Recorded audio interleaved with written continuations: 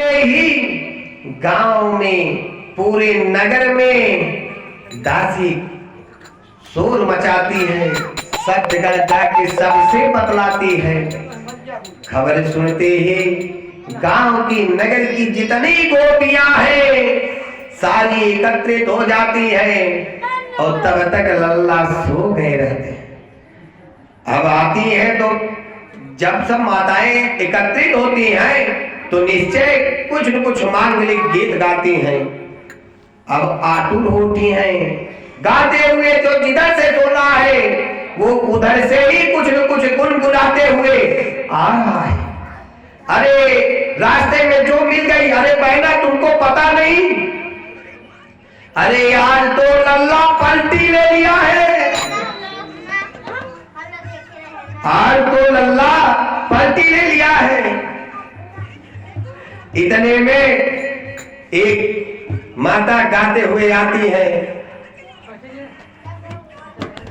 अरे ठुमकी ठुमकी चलही राम कि बड़ा नीक लागई, बड़ा नीक लागई हो। ठुमकी ठुमके चले चले बड़ा नीक लागई हो।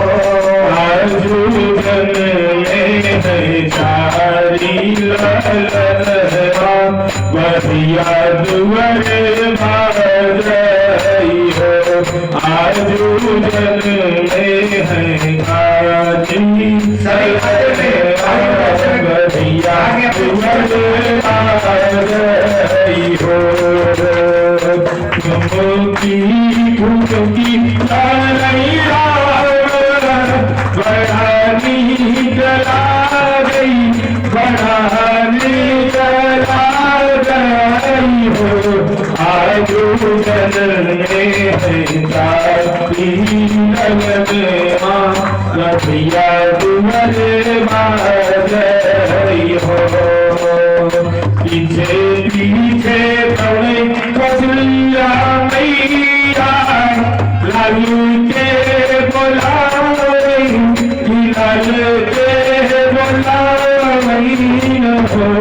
लल्ला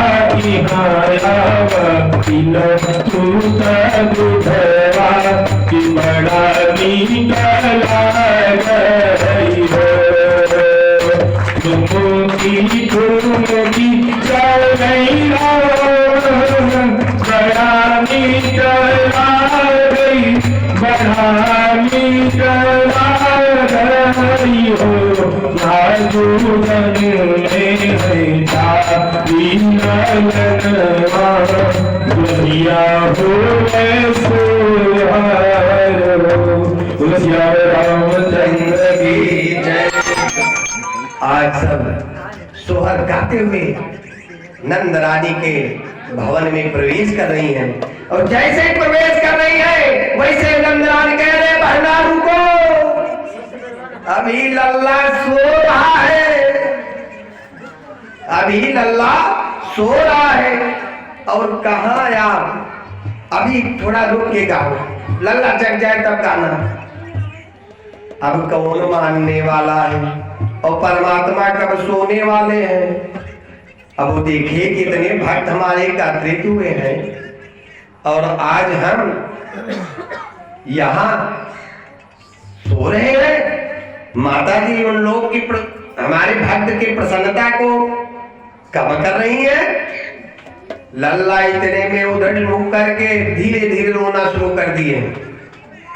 अब कवन रोके, अरे नंदरानी लल्ला तो जग गया, अब तो गाने दे। सब धूमधाम से गा रही हैं। इतने में वहां एक खूबसूरत सुंदरी जिसका नाम है पुतना है तो दैत, लेकिन वो किसी का रूप धारण करके, और महिला है तो महिलाओं में तो घुल मिल जाती है। पुतना जो है कंस ने पहला भेद दिया है, जो सुंदरी का नाम है पूतना। ये पूतना कोई सामान्य नहीं है।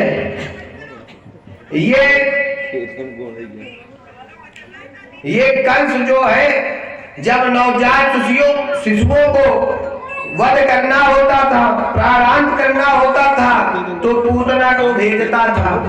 पूतना अपने स्तन पर विष लगा करके बच्चे को स्तनपान कराती थी, और बच्चा जैसे स्तनपान करता था, स्तनपान के साथ साथ विष भी उसके मुख में चला जाता था, और विष जाने की वजह से उसका प्राणांत हो जाता था, गोविंदाय नमो नमः हो जाता था। आज पूतना सुंदरी रूप धारण करके नंद रानी के भवन में प्रवेश कर रही है, और यहाँ उत्सव चल रहा है। इतने में पूतना जो है सुंदरी लल्ला को लेकर के बाहर निकल आती है, और लल्ला को जैसे स्तनपान कराने का प्रयत्न करती है, लल्ला तो पहले से ही जान गए थे कि अब ये पूतना आ गई है अब मुझे मारने के लिए। अब जो है इतने में अब पूतना जैसे लेके बाहर गई, लल्ला को स्तनपान कराने का, जैसे स्तनपान कराते कराते पूतना विकट स्वरूप को धारण कर लिया है, और लल्ला विष के साथ साथ स्तनपान कर रहे हैं, और स्तनपान करते करते पूतना का जो है प्राण भी खींच रहे हैं। अब पूतना इतने चिल्लाते, अरे गोविंद छोड़ो, अरे छोड़ो गोविंद छोड़ो। गोविंद का नाम लेते लेते उसका प्राणांत हो गया, गोविंदाय नमो नमः। और जैसे वो गिरी है, इतना विकराल रूप था कि नंद रानी दौड़ते हुए, अरे लल्ला को तो पूतना लेके चली गई, कोई एक विकट रूप राक्षसी लेके गई है।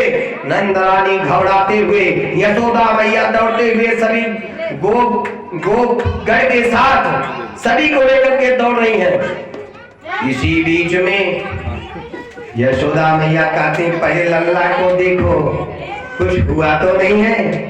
और भगवान श्री कृष्ण ने पूतना को मातृत्व स्थान दिया है, माता का स्थान दिया, और पूतना को अपने धाम भेज दिया। किसी संत ने कहा, ये पूतना जब भगवान श्री कृष्ण को विष पान कराने आई थी, तो भगवान इसको परम गति क्यों दे दिए? भगवान ने, संत ने कहा, दरअसल ये कोई पूतना सामान्य नहीं थी। भगवान जब रामावतार में थे, श्री स्वयंवर में गए थे, उस समय एक गोपी ने कामना किया था, यदि मेरे पुत्र होते तो आज कितनी प्रसन्नता होती, हम इनको स्तनपान कराते। लेकिन आज कि दीन के रानी दया विधि के सब, शील सुधा वसुधा उजियारे, संत के संपत्ति दीनन के पति, मातु पिता गृह दुलारे, सुनरी महिता नदी को पितुआई सुले वनी को प्रभुधारे, गोर से दात मलान देवरी, सावरी सो सखी प्राण पियारे, गोर से दात लला नम देवरी, सावरी सो सखी प्राण पियारे। आज जब उसने कामना किया, कहा कि मेरे पुत्र होते तो हम इनको स्तनपान करा दे। इतने सावरे सलोने भगवान, इतने दिव्य स्वरूप, इतनी आकर्षण, उसकी मनोकामना तो उस वक्त, क्योंकि भगवान श्री रामचंद्र जी मर्यादा के रूप में जन्म लिए थे। भगवान श्री रामचंद्र जी को मर्यादा पुरुषोत्तम कहा जाता है। अब भगवान उस समय तो बोले तथास्तु, अब उसको आशीर्वाद दे दिए तुम्हारी मनोकामना पूर्ण होगी, लेकिन आज नहीं, जब मैं अगली बार जन्म लूंगा द्वापर में, तब हम आपकी मनोकामना पूर्ण करेंगे। भगवान की ये बात सुन भगवान अपने मन में उसको आशीर्वाद दे देते हैं। आशीर्वाद देने के बाद आज पूतना का स्तनपान कराया है और एक माता के स्वरूप में पूतना को परम गति दे दिए हैं परमात्मा। बोलिए ओम गोविंदाय नमः। फिर आगे यहाँ उत्सव चल रहा है। इतने के बाद भी नंदरानी कहती है कि हे भगवान, अभी तो कन्हैया, अभी तो बच्चा मेरा छोटा सा ही है, इतनी बड़ी बड़ी आपदा भी आ गए, पता नहीं क्या होने वाला है। और कुछ समय बीतता है, सब साथ में रहते हैं, प्रसन्नता पूर्वक एक समूह में रहते हैं, बड़ा प्रेम है आज गोकुल में। और उसी बीच में माता नंदरानी यशोदा मैया लल्ला को स्तनपान करा रही है। और स्तनपान कराते कराते भगवान को लोग खिलाती हैं, उछालती है। भगवान खूब किलकारी मार के हंसते हैं। माता भी प्रसन्न हो जाती है, वाह मेरा लल्ला कितना सुंदर हंस रहा है, कितना सुंदर मुस्कुराता है। आज नंदरानी भगवान को खिलाते खिलाते कन्हैया को पुनः स्तनपान कराने के लिए गोद में ले लिया। यशोदा माता ने जैसे गोद में लिया, स्तनपान भगवान को कर रहे हैं, लेकिन बगल से देख रहे हैं, तिरछी निगाह से देखा, एक त्रिडावर्त नामक दैत्य आ रहा है।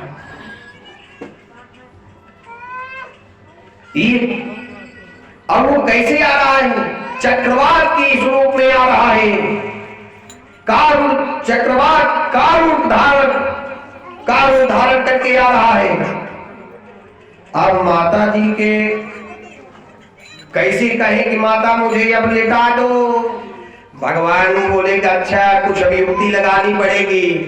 अगर ये चक्रवात त्रियावर्त रूपी राक्षस यदि गोकुल में आ गया, आ भी गया तो ठीक है, यदि किसी को क्षति पहुंचा देगा तो मेरा होने से क्या मतलब निकलेगा। हमारा तो जन्म ही दैत्यों का नाश करने के लिए हुआ है, दैत्यों का अंत करने के लिए हुआ है। जितने दुराचारी हैं उनका अंत करने के लिए हुआ है। और भगवान अपने वचन को धीरे धीरे इतना बढ़ा देते हैं, यशोदा मैया सहन नहीं कर पाती हैं।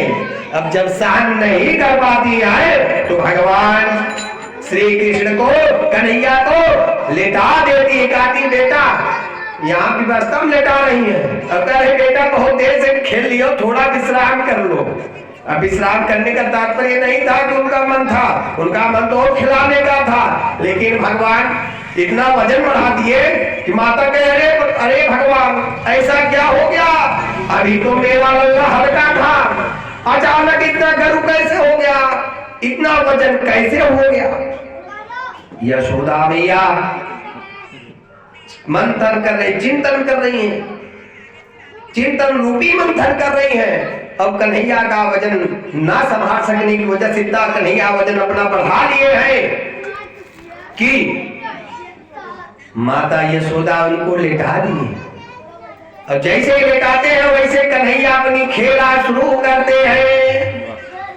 इतने में वो चक्रवर्ती तूफान आ जाता है, कन्हैया को ले लेता है और बवंडर में कन्हैया इतने ऊपर तक उठा के ले जाता है। कन्हैया जी उसके कंधे पर विराजमान है।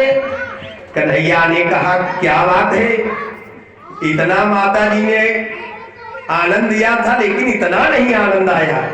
आज तो गजब आनंद आ रहा है। अब उसके साथ भी भगवान क्रीड़ा कर रहे हैं, तृणावर्त के साथ भी आनंद कर रहे हैं भगवान। सोचिए, जो भगवान को मानने आया है, भगवान इतने कृपा भक्तवत्सल हैं कि भगवान को कैसे भी भज लो, उल्टा सीधा जैसे भी। उल्टा कैसे जप ले? उल्टा जप का प्रमाण बाबा गोस्वामी तुलसीदास जी देते हैं। उल्टा नाम जपत जग जाना,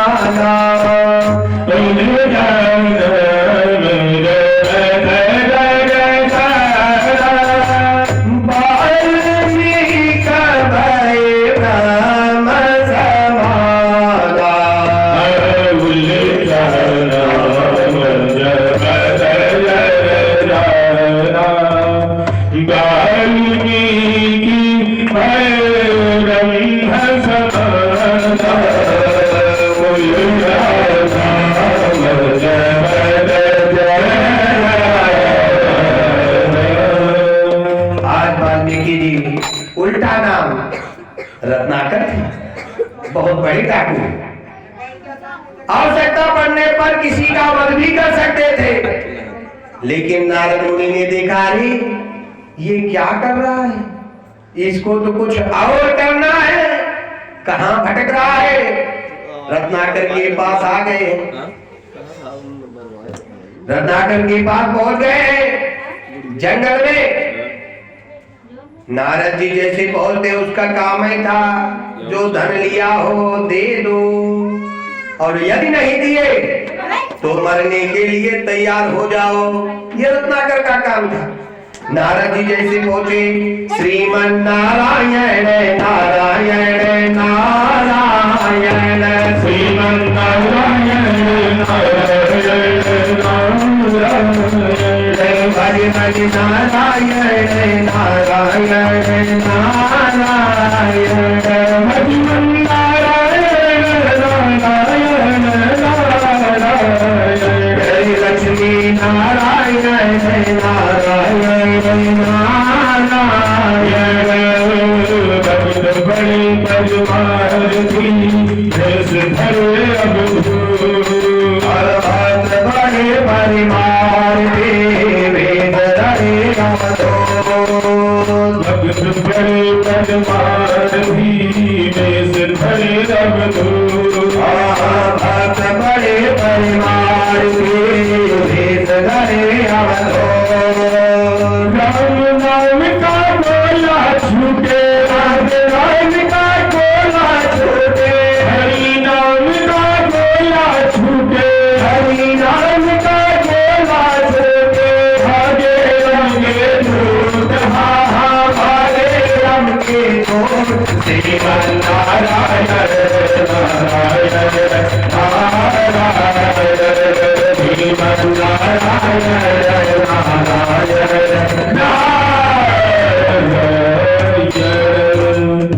नारद जी नारायण नारायण करते हुए आ रहे हैं। जैसे रत्नाकर ने देखा, रे ओ साधु कहां जा रहा है तू, इधर आ।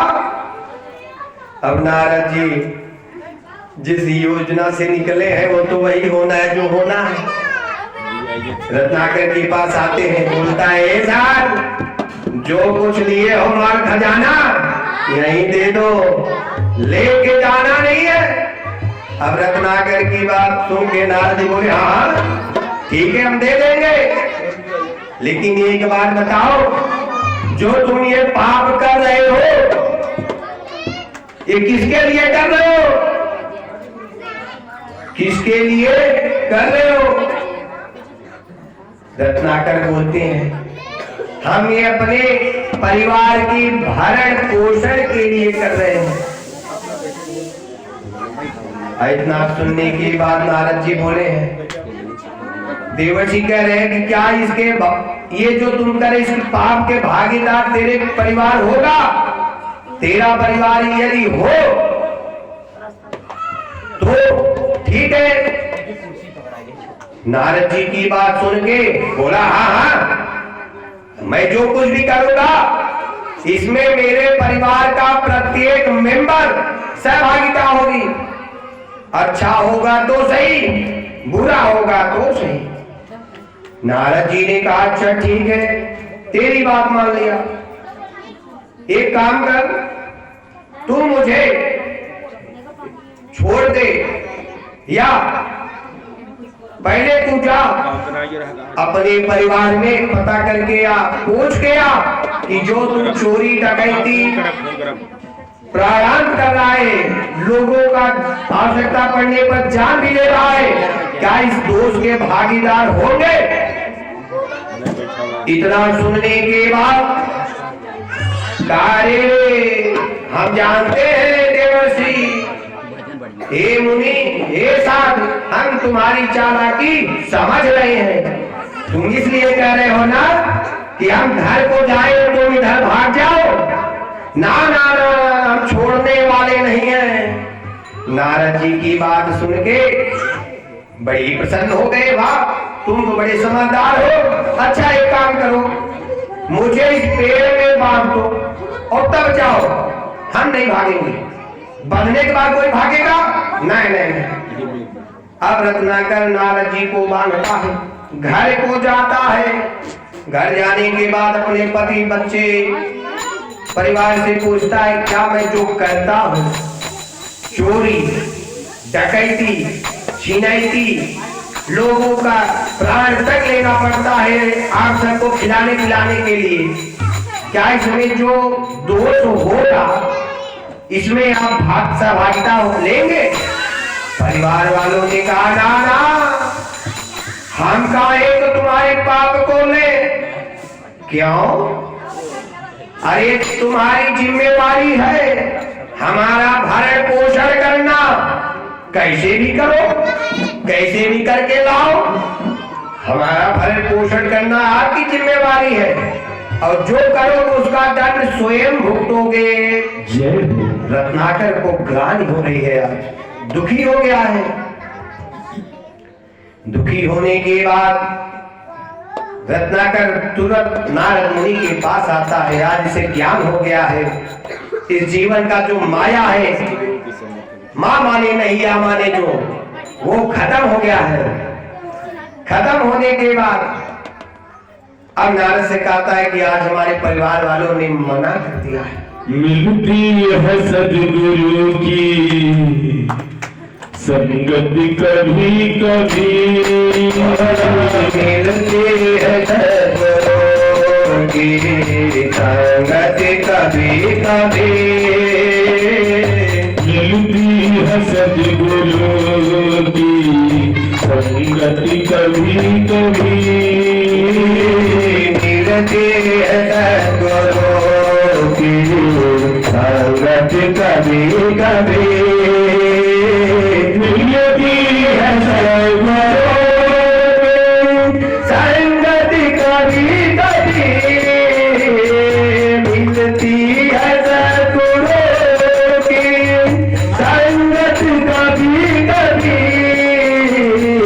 चढ़ती है मन में राम नाम की रंगत कभी कभी,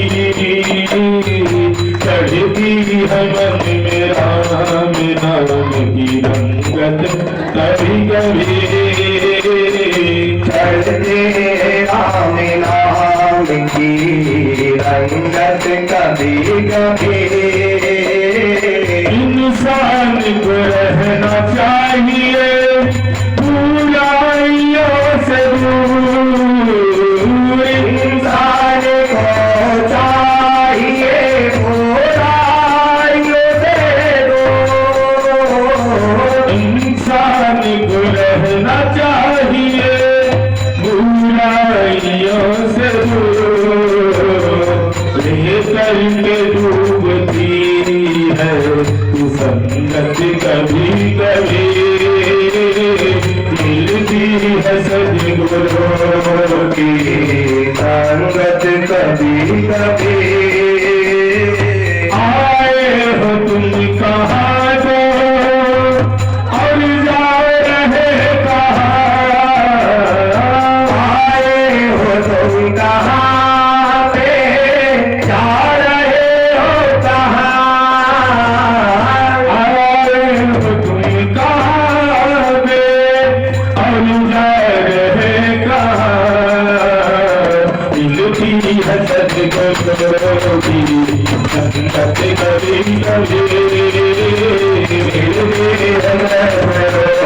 संगत कभी कभी मिलती है सतगुरु की संगत कभी कभी मिलती है सतगुरु की संगत कभी कभी चलती है मन में राम नाम की रंगत कभी कभी चढ़ती है राम राम की रंगत कभी कभी आज रत्नाकर को एक परम गुरु मिल गए हैं और वो भी कैसे गुरु, परम ज्ञानी परम तेजवान ब्रह्मा के मानस पुत्र श्री नारद मुनि।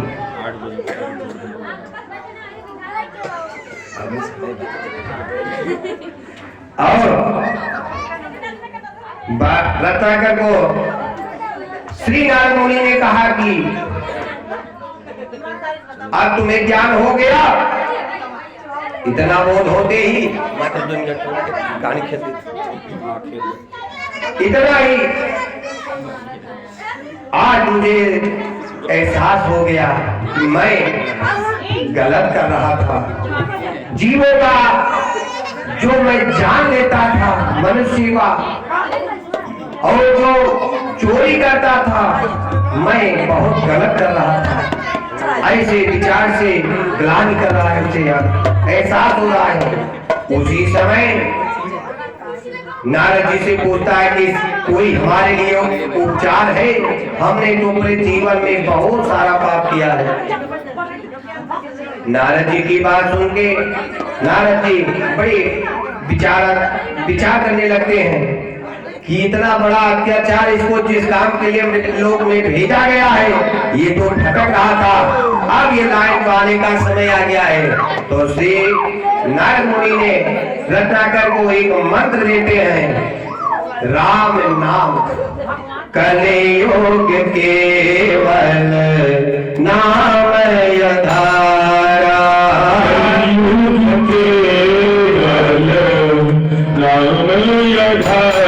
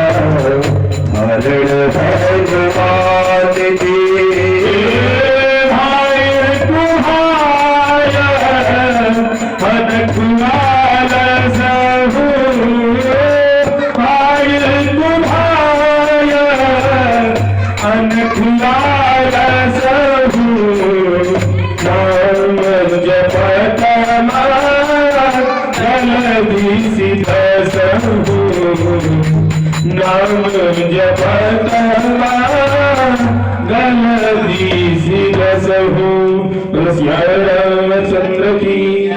आज परम गुरु ने उसको रत्नाकर को राम नाम का मंत्र देते हैं, महामंत्र देते हैं, लेकिन इतना अत्याचार इतना दुराचारी था, उसके मुंह से राम नाम नहीं आ रहा था।